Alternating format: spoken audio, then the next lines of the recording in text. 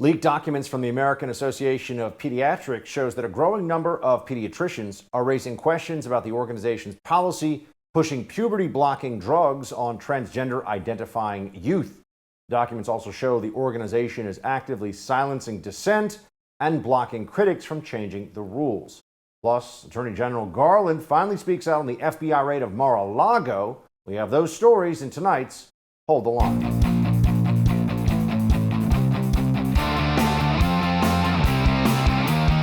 Welcome to Hold the Line. I'm Buck Sexton. So the trans movement for youth isn't just something that left-wing activists are devoted to.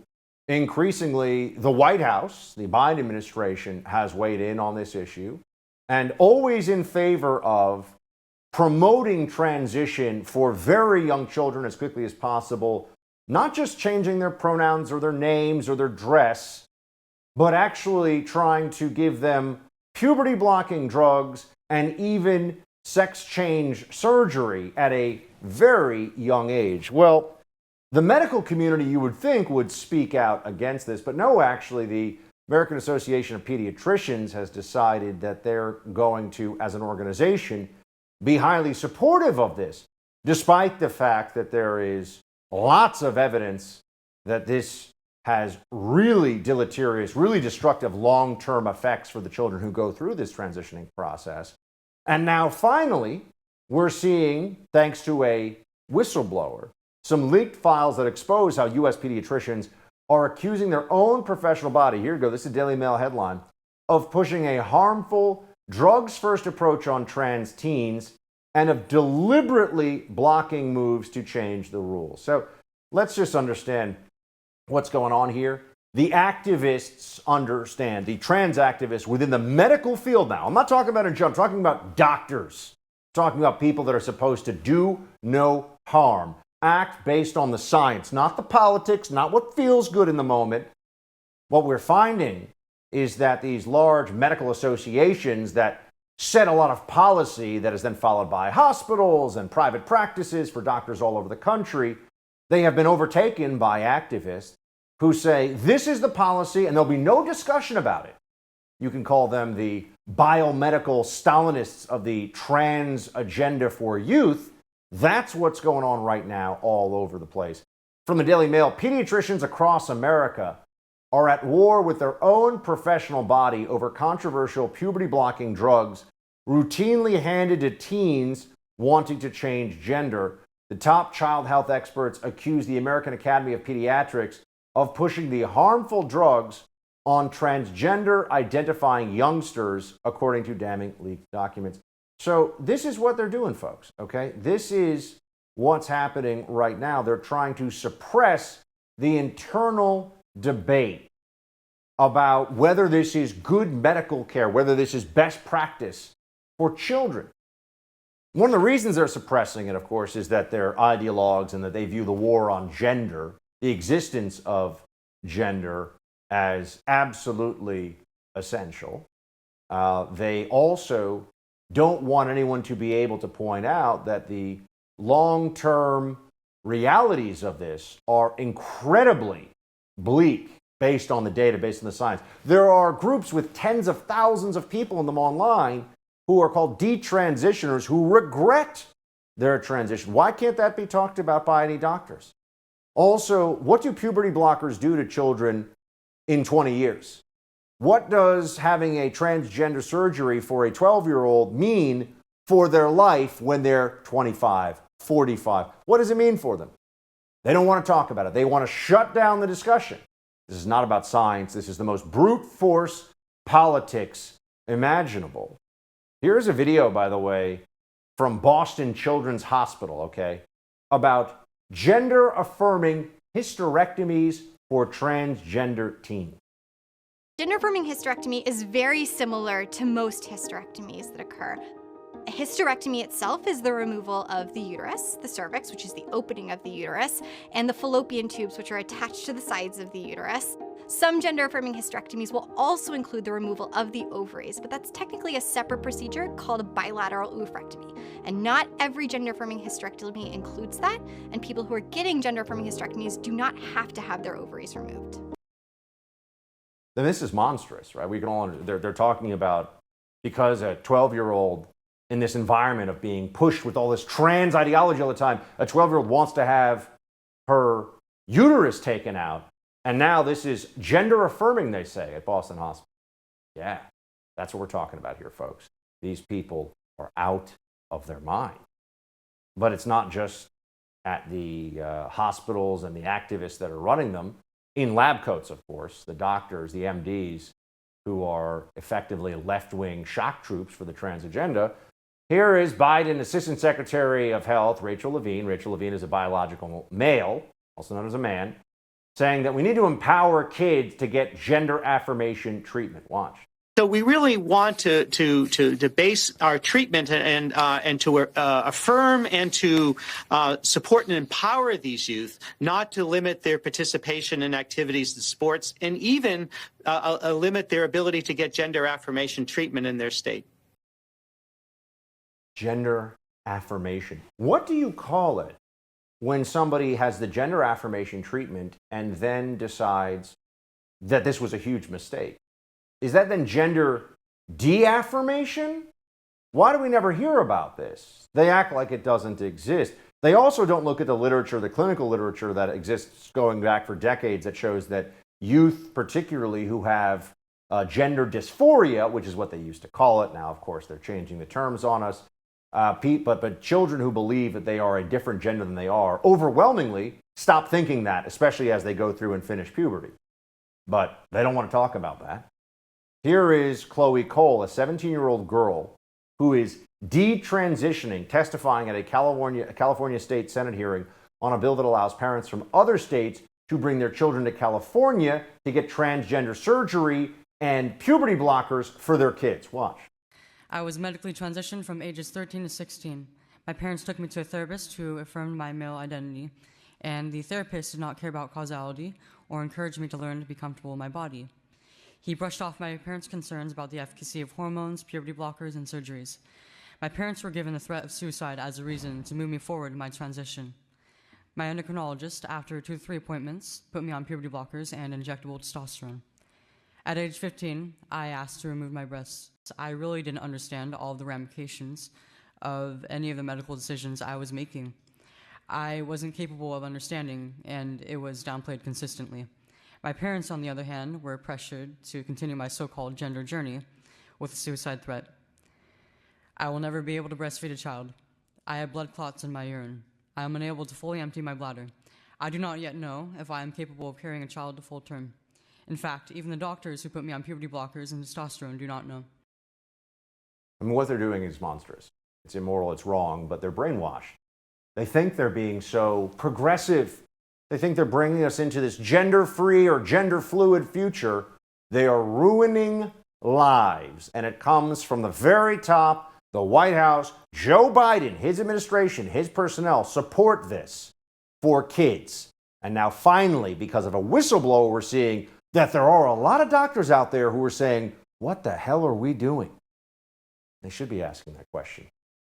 All right, Attorney General Merrick Garland making his first public statements today about the FBI raid on former President Donald Trump's home at Mar-A-Lago. When we come back, former NYPD officer, conservative commentator John Cardillo is going to give us his take. First, let me talk to you about a great deal for my friends at Jase Medical. Does the current nationwide shortage of infant formula have you asking what's next? Did you know that nearly 100% of our nation's supply of antibiotics is produced outside the United States? If we can't control our own baby formula, what about all the life-saving medications that you need? Many experts predict that if there were supply chain disruption, pharmacies could run out of a lot of antibiotics in a matter of weeks. Thankfully, there's a new service to help you prepare for just such an event. Have you heard of the Jase case? It's a pack of 5 different courses of antibiotics that you can use to treat a long list of bacterial illnesses, including UTIs, respiratory infections, sinusitis, and skin infections. Every household needs at least one Jase case. Go to jasemedical.com/buck right now and use the code word BUCK10 for $10 off your Jase case. That's code word BUCK10 for $10 off at jasemedical.com/buck, jasemedical.com/buck. We'll be right back with more. Hold the line.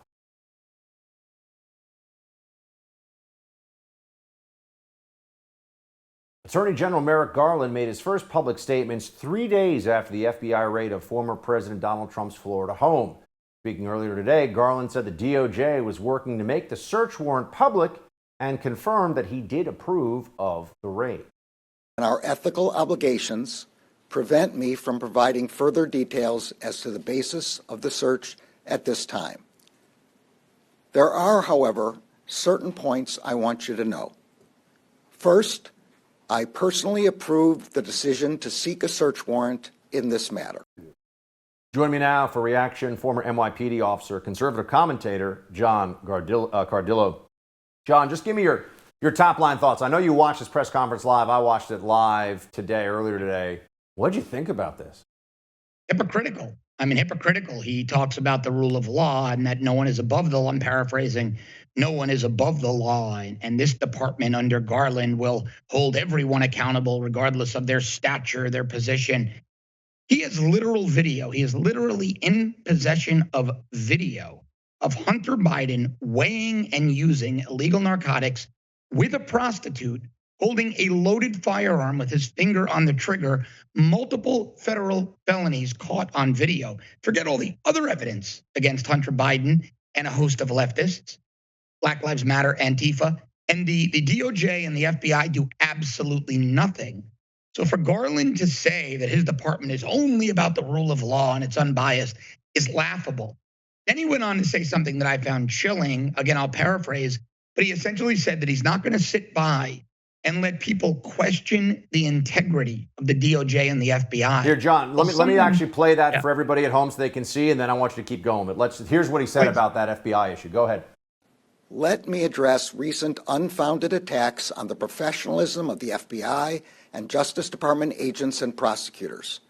I will not stand by silently when their integrity is unfairly attacked. The men and women of the FBI and the Justice Department are dedicated, patriotic public servants. Every day, they protect the American people from violent crime, terrorism, and other threats to their safety while safeguarding our civil rights. They do so at great personal sacrifice and risk to themselves. What do you make of this, John? He's lying. He's lying. Look, we know Comey was fired. Andrew McCabe was fired. DOJ's Office of Inspector General found multiple incidents of FBI personnel and DOJ personnel lying on FISA warrants. We now know the whole Russiagate hoax was just that, a completely fabricated hoax with the cooperation of a foreign agent, Christopher Steele. But this is more chilling than all that, Buck. That's a warning to Americans that if you have an opinion, and an opinion, the questioning of everything government does is the heart of the First Amendment. So a former federal judge, now the Attorney General of the United States, is warning Americans that if they have doubts or questions or suspicions about federal law enforcement agencies, in particular, the two premier ones, the DOJ and the FBI, that they're going to be considered criminal dissenters for expressing those suspicions. Everybody in D.C., Democrat and Republican, should be condemning Garland for that. I've given up on the Dems, but not one Republican has yet come out and condemned him, and it better start soon. Well, Attorney General Garland also said today, to your point about Hunter Biden and the videos of stuff that I think would make Charlie Sheen blush. But anyway, here he is, Garland, saying that he applies the law without fear or favor. Faithful adherence to the rule of law is the bedrock principle of the Justice Department and of our democracy. Upholding the rule of law means applying the law evenly, without fear or favor. Under my watch, that is precisely what the Justice Department. I just throw out there, for example, the recent civil rights charges against those officers in Kentucky involved in the Breonna Taylor shooting.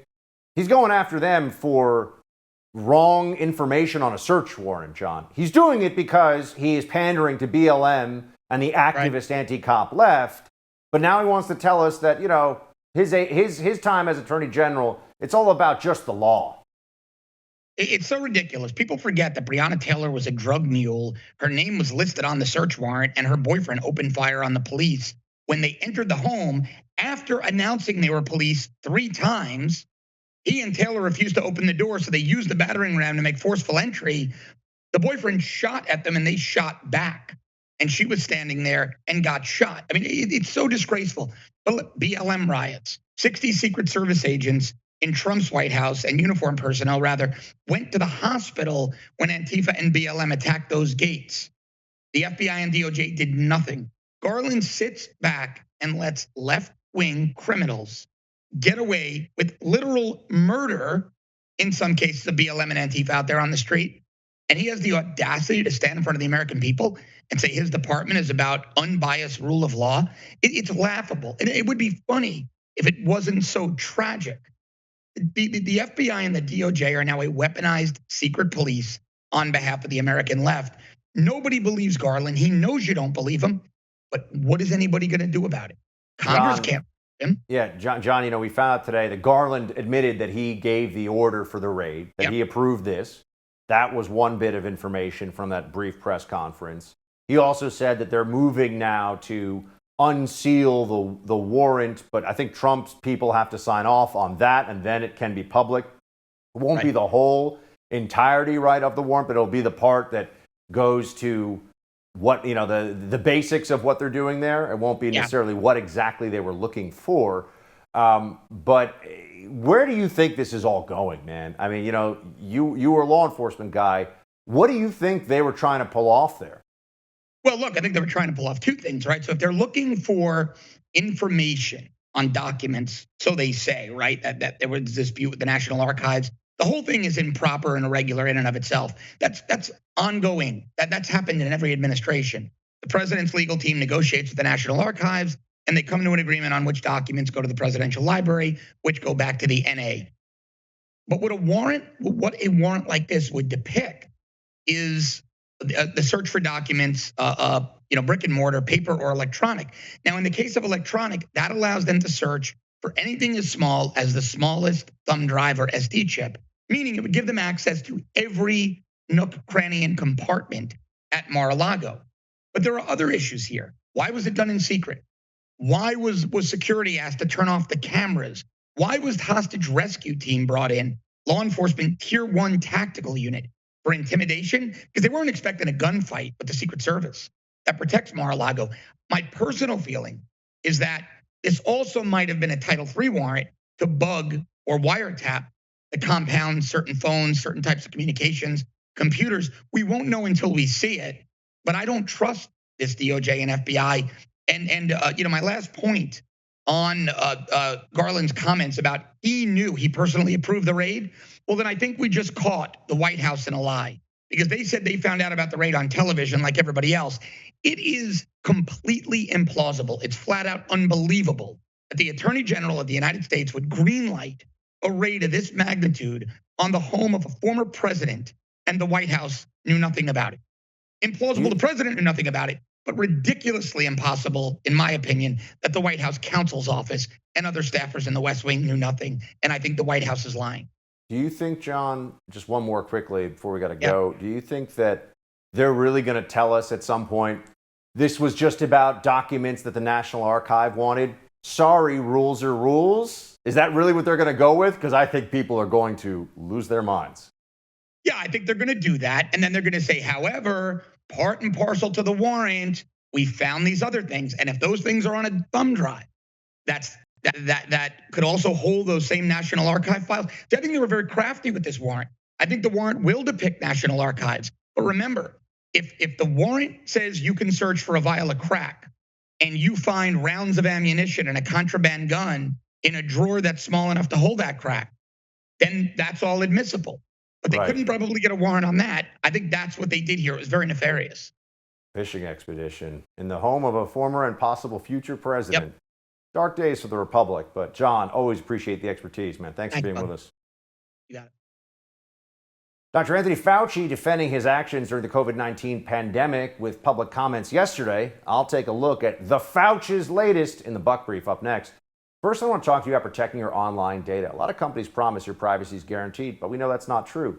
That's why you need a new privacy and cybersecurity application tool called Secure. It's spelled S-E-K-U-R. Secure is using proprietary encryption and offering secure instant messaging and email. With Secure, all of your communications based on servers and data centers hosted in Switzerland without using any of the big tech platforms. Privacy is a big issue now. Without real security, people can read your emails, messages, even your bank information. Secure will never mine your data and never ask for your phone number. You can send emails to your doctor, banker, lawyer, or anyone else with total confidence you're not being spied on by your internet provider or big tech. Secure is your solution to stop the constant theft of your digital identity. Costs only $5 for the messenger, only $10 for the messenger and email combination package. Go to secure.com and take back your privacy today. That's SEKUR.com and use promo code BUCK for 25% off. We'll be right back with more. Hold the line.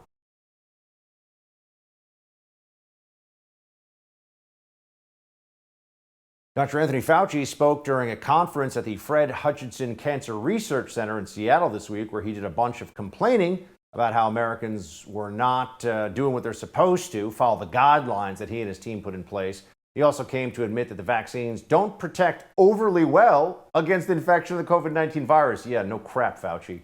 I'll take a look at the Fauci and his latest BS in the Buck Brief.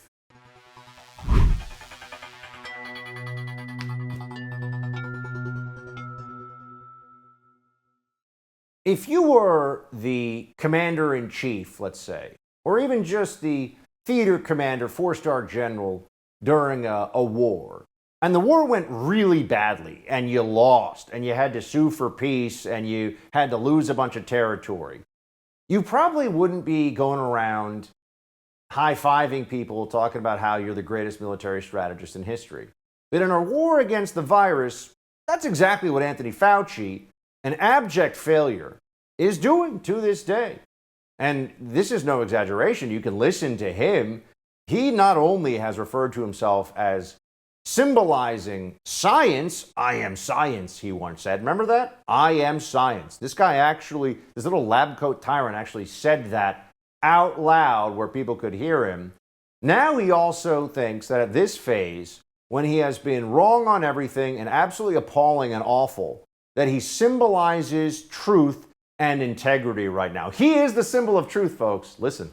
What I symbolize in an era of the normalization of untruths and lies and all the things you're seeing going on in society from January 6th to everything else that goes on, people the craving for consistency, for integrity, for truth, and for people caring about people. That's what he symbolizes. Yeah, sure.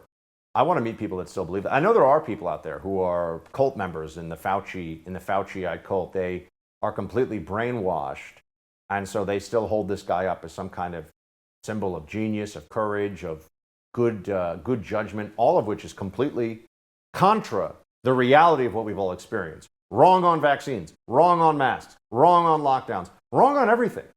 I mean, why can't Fauci just come out, for example, and say, hey, if you're wearing a mask outside, there's literally no scientific basis for this whatsoever. There is no study, there's no data, there's nothing that promotes this activity. So please, don't feel like you're protecting yourself. You just look like an idiot. Why not say that? He won't, of course. And in fact, we talk about masking indoors, which also does not work.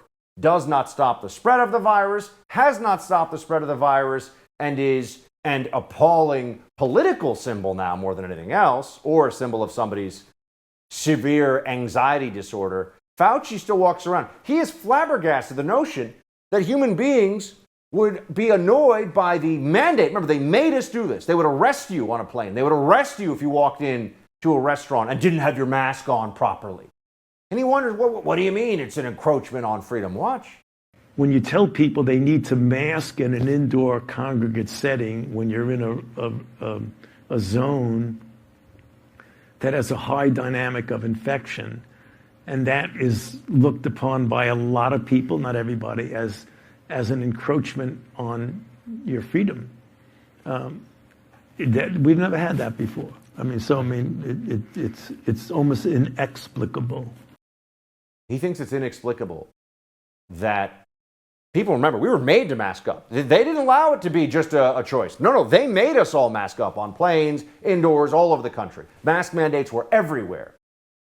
We didn't have that before. So yeah, now people are upset about it because it had never been done before since the Spanish influenza. How well did it work on that one, by the way? Spanish influenza, did it stop that? No, it did not. Did it stop this one? No, it did not. Does Fauci take any blame whatsoever for this? Of course not. He's the absolute worst. The absolute worst. He doesn't understand why people being forced to wear a mask and even being pressured to wear N95 masks, which are very uncomfortable, very difficult to breathe in. He doesn't understand why anybody would have a problem with that. Considering it doesn't work, friends. Considering it doesn't actually stop you from getting COVID. Even if you're going to wear one partially, sometimes on a plane, you're still going to get COVID at some point. Everyone's gotten this virus, folks. That's what actually happened. We have herd immunity now to previous versions of the virus, but now we got new versions of the virus. Everyone's going to get it again. Fortunately, it's basically like a cold now for most people. But Fauci thinks this is all kind of funny, too. Remember how he initially shut down any discussion of how this came from a lab leak? Oh, it's hilarious. Now Fauci makes jokes about gain-of-function research and the origins of COVID. Watch. WA1, Washington 1, is considered the ancestral model strain. Center. I developed the ancestral model strain. I created it. That's right. You let it loose. I was in my kitchen. You let it loose. Yeah. Right. Okay. Gain of function. Here we come. You're making aranja, Italian meatballs, and that's a gain of function. Haha. Hilarious. But people are wising up to this. Fauci was honored at a Mariners Major League Baseball game. I don't know why anyone's honoring him. Honestly, he's lucky he's not in a federal prison. But he was met with a crowd full of boos. Watch this. Dr. Fauci will head up to the mound to deliver this evening's ceremonial first pitch.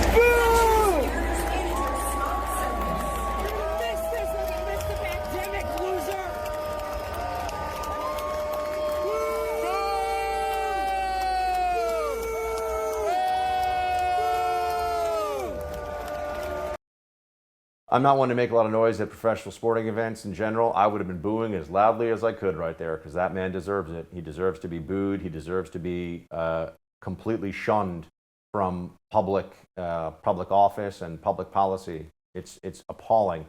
But now NPR even tweeted this out. The CDC guidelines have been relaxed recently, lifting the requirement to quarantine if exposed to the virus, which was insane.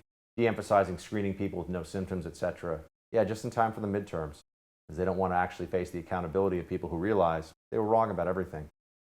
The Defense Department had yet another massive military aid package for Ukraine this week. We'll take a look at what's inside and what, if anything, it'll do to change the reality of the war on the ground over there. America First Policy Institute Stephen Yates is with us after the break.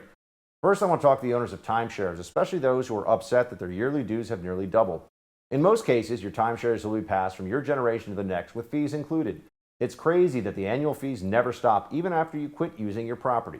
Well, I do have a solution. Get some peace of mind from my friends at Lone Star Transfer.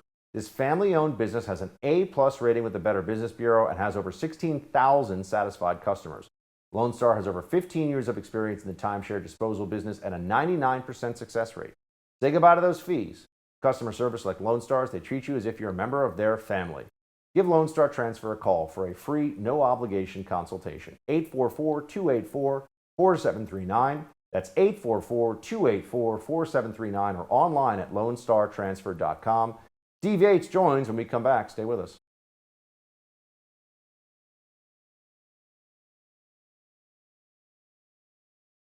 Add another $1 billion onto the U.S. taxpayers' Ukraine assistance tab. The Department of Defense announced this week that the U.S. will be sending yet another security assistance package to help the Ukrainian people defend themselves against Russia.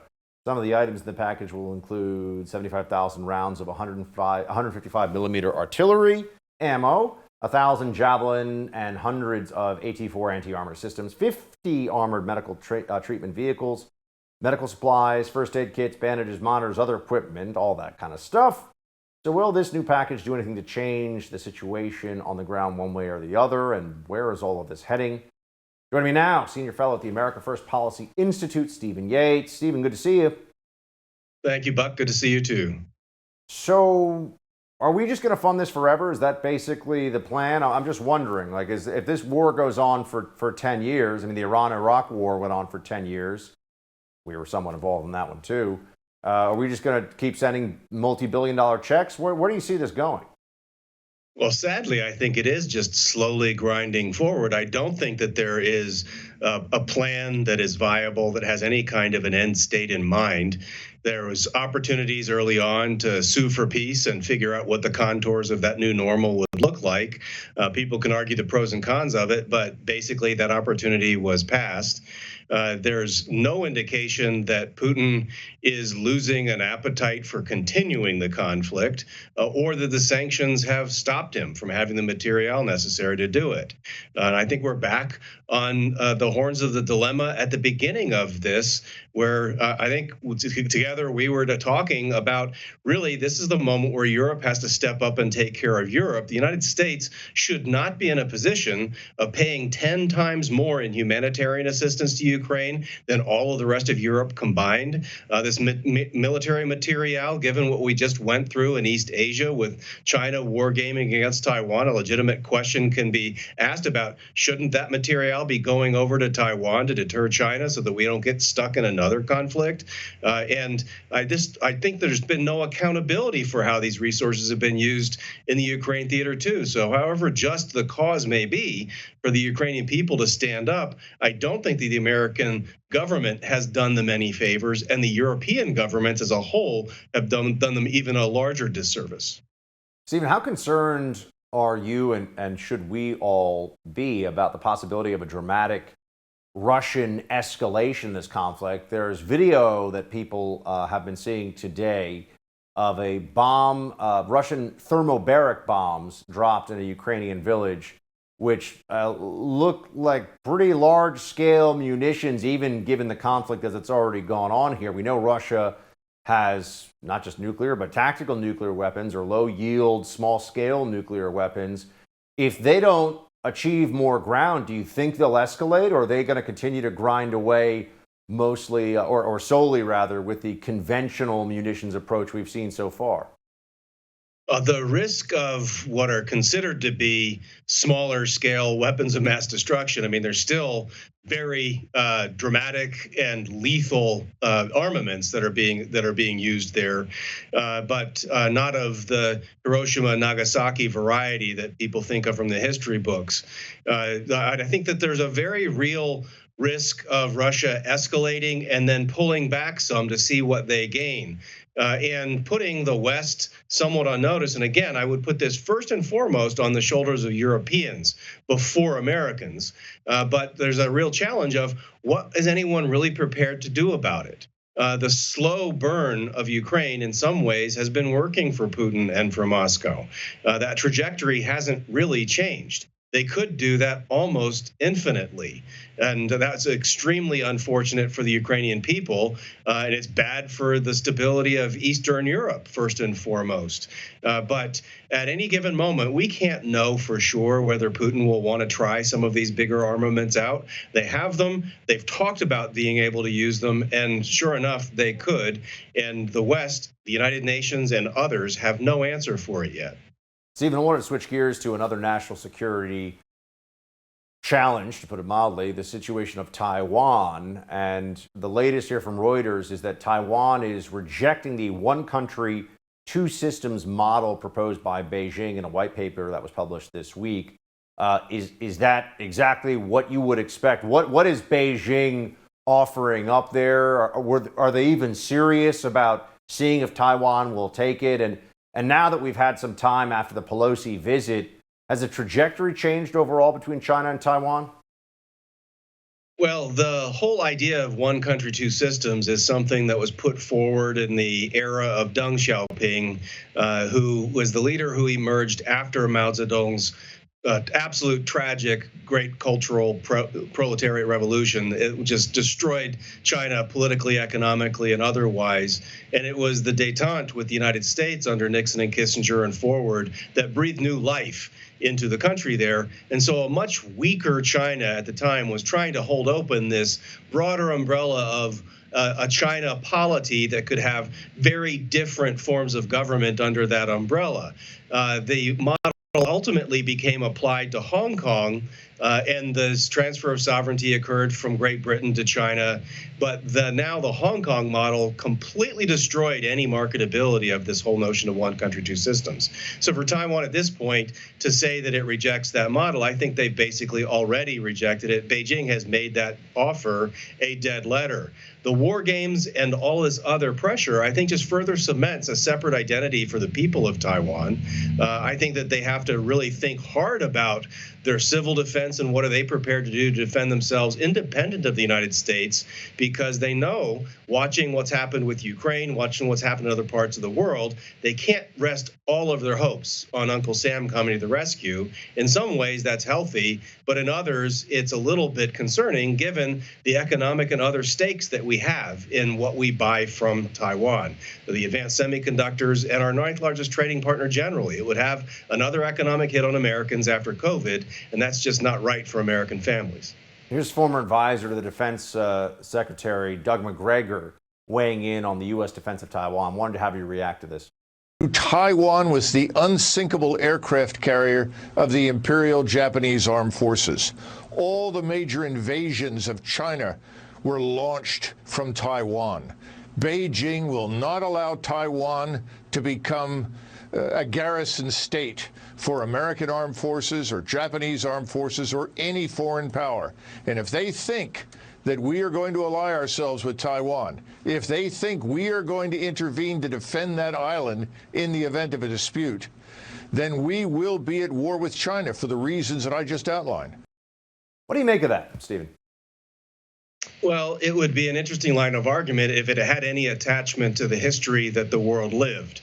The Japanese invasion of China was heavily from the northeast of China across the Korean Peninsula and down into the country. The Japanese relationship with Taiwan existed long before the civil war between the communists and the nationalists. And the whole idea that this narrative of some kind of a grievance from Beijing's point of view is frankly the Communist Party school revisionism on history.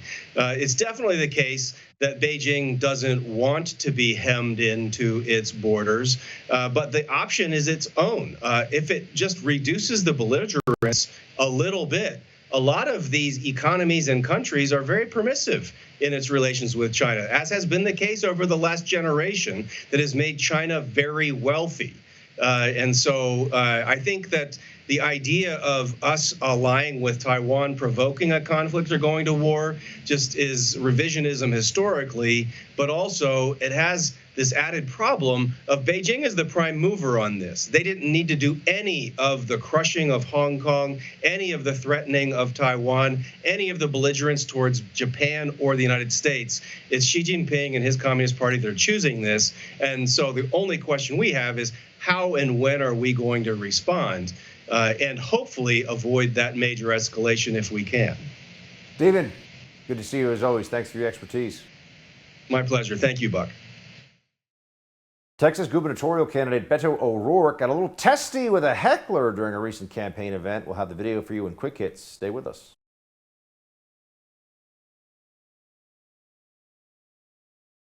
Beto O'Rourke gets a little salty with a heckler, and American Federation of Teachers President Randy Weingarten, the teacher's commissar, acknowledges what we've been saying for years now.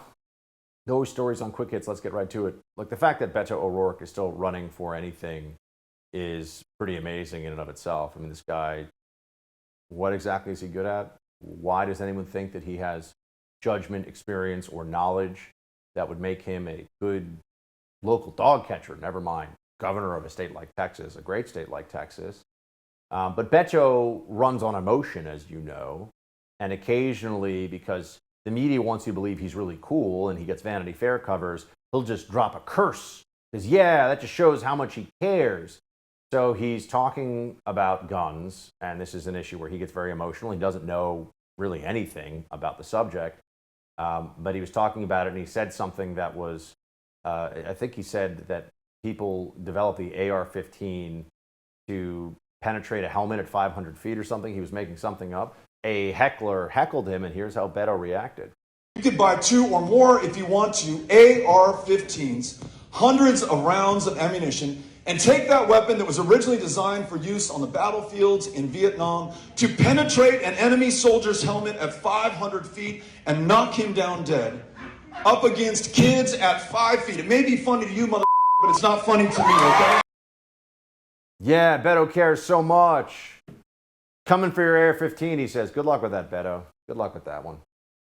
Randy Weingarten, teacher's commissar, she's awful. She is a completely dyed-in-the-wool Democrat, could not be any more of a left-wing apparatchik. And she made sure that the Biden administration bent to the teachers' union's will, when it came to keeping schools closed, lockdown, and then masked, and then all these other crazy ideas, because the teachers were, a lot of them, not in school at all for a long time because they were so scared of COVID. Now she's pointing out what we've been saying all along, that kids have big problems because of those completely unscientific, unnecessary lockdowns. Watch. You have all of the pandemic stress and strain, particularly that kids are coming in with greater needs because of 2 years of disruption. Yes. Disruption that never should have happened. That's the part of it that, you really should focus in on for a second here, everybody. There was no reason to close down schools, ever, actually. Children were safe. And there wasn't any difference for most of the teachers that were, they were so scared of it. They were going to be fine. Teachers are overwhelmingly young. Teachers retire. So they were at very low risk too. And they all probably got COVID anyway. So what was the point? I mean, if people had to work in the grocery store, they don't have to work in the schools because the grocery stores stayed open. Hillary says, by the way, you can run a great, because, we're told that you can't say anything that's misinformation about elections. Twitter just put out new policies on this today, actually. The commissars over at Twitter are weighing in. Hillary Clinton says you can run a great campaign and have it stolen from you. Watch. You can run the best campaign. You can even become the nominee. And you can have the election stolen from you. Have the election stolen from you. So why is she allowed to say that election's stolen, but that's not going to get taken off of social media? That's fine. She's allowed to say, Democrats say elections are stolen all the time. They don't care. That's fine.